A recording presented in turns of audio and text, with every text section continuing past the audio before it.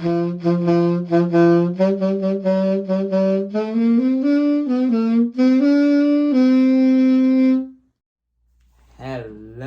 and welcome back to the table. I'm your host, Teen Wolf, and today I'm going to be building a deck that I have wanted to rebuild for a very, very long time. So before I get into the video, I'm going to do a little bit of story time. So, a long, long time ago, a whole 7 months ago, I built a deck that I really liked. It was called my Firecracker deck. And the reason I called it that was because every card in the deck costed only 1 red mana, and it was just packed full with tons and tons of red creatures, all with haste, or just some kind of stupid nonsense. And it was beautiful.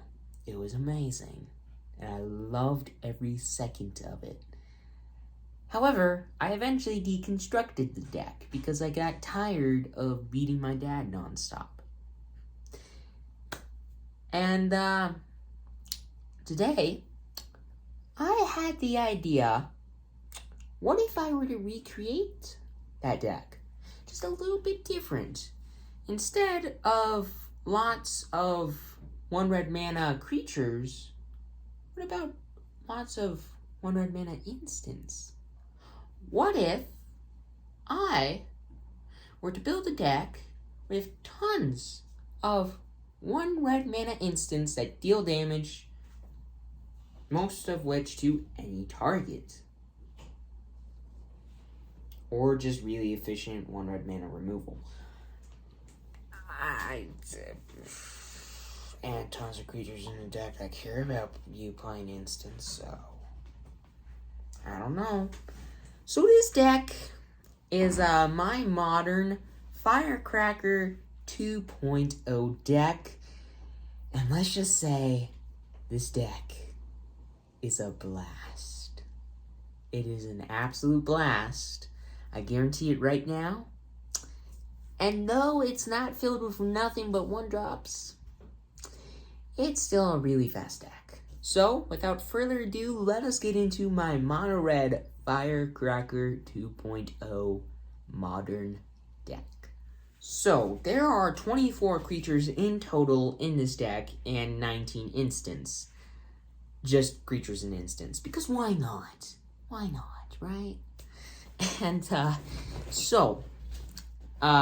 doing creatures first, I have 4 Monastery Swift Spheres, which for 1 red mana, it is a human monk with 1 power, 2 toughness, and it's got haste. And prowess, which, if you don't know what prowess is, it's really broken in a deck like this.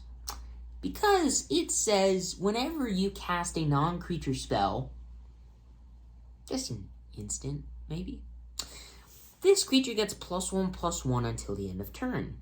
So, for 1 red mana, it's a 1/2 human monk with haste, and it gets bigger each time you play an instant. Sure, it's only until the end of turn,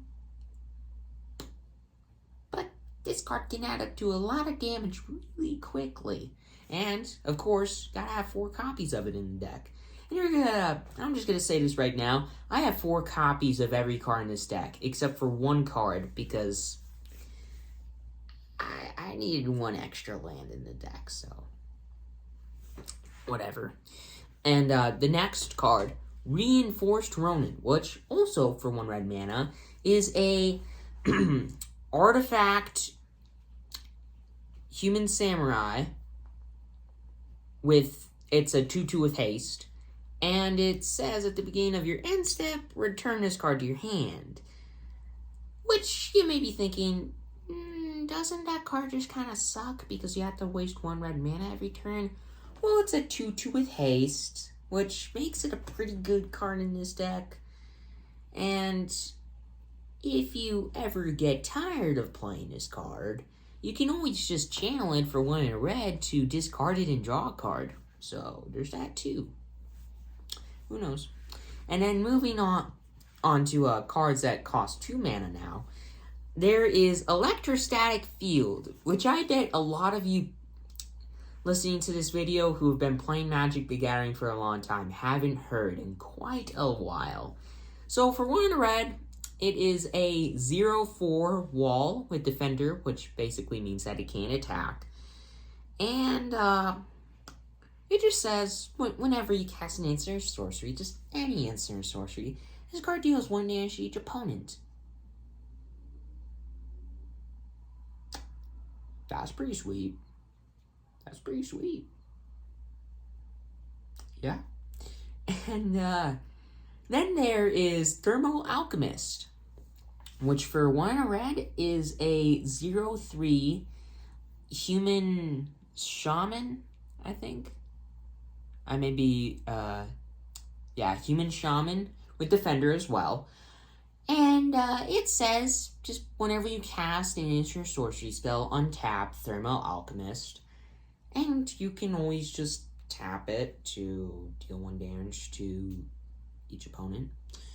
So what you can do is you can go to your turn and then you play Thermal Alchemist last turn, you tap it to deal damage to an opponent, and you cast any 1 red mana instant in the deck.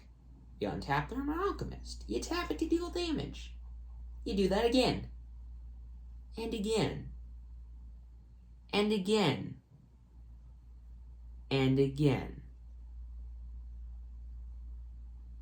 Yeah. This card's awesome.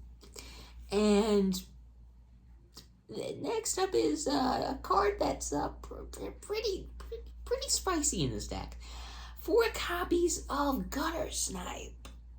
And for 2 in a red, it's just a 2/2 Goblin Shaman that says whenever you cast an instant sorcery spell, Gutter Snipe deals 2 damage to each opponent. No big deal. No big deal. So, you play Gutter Snipe. You play a 1 red mana instant. And it does whatever it does. And then you deal 2 damage to each opponent. So, you may be playing like 1 red mana instant that deals 2 damage to any target. And you target the player. And then you have Gutter Snipe in play. So for 1 red mana, instead of dealing 2 damage to the player, you deal 4 damage. Gutter Snipe's awesome. And next up, for the last of the creatures, there is Bedlam Reveler. And this card is expensive, but at the same time not expensive. Let me explain. For 6 and 2 red, it is a 3/4 Devil Horror with Prowess. And it says whenever... This spell costs 1 less to cast for each instant and sorcery card in your graveyard. Yeah. So, a decent amount of time, this card's only going to cost like 3 or 4 mana. And then,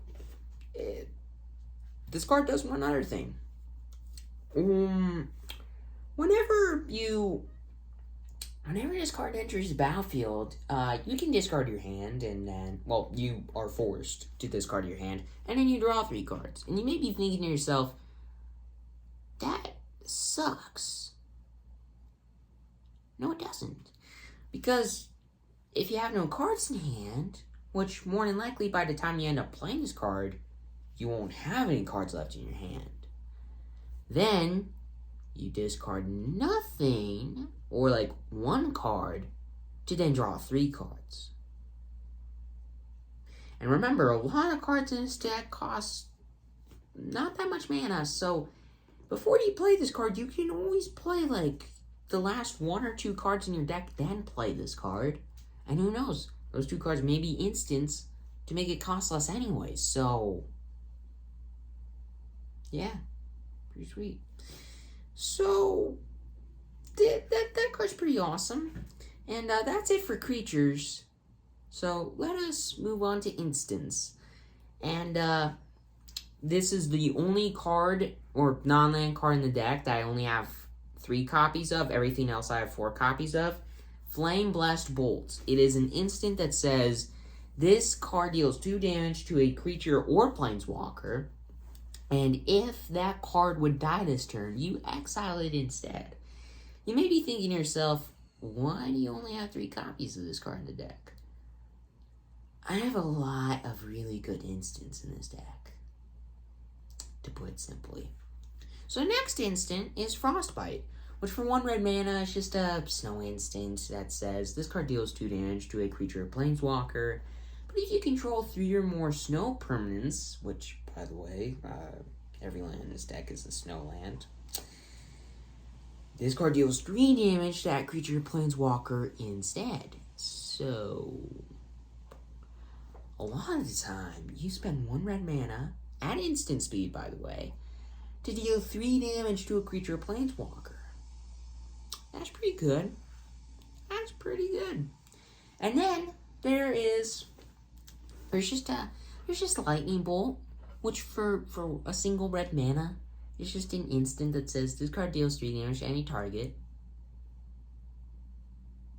I don't understand why this card's so cheap. I mean, I understand it's been reprinted so many times, but it's so good. It's just so good.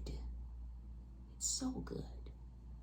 Okay, next up, getting past Lightning Bolt and my love for that card, there is Play with Fire, which I almost love more, but I don't, because it's a little worse.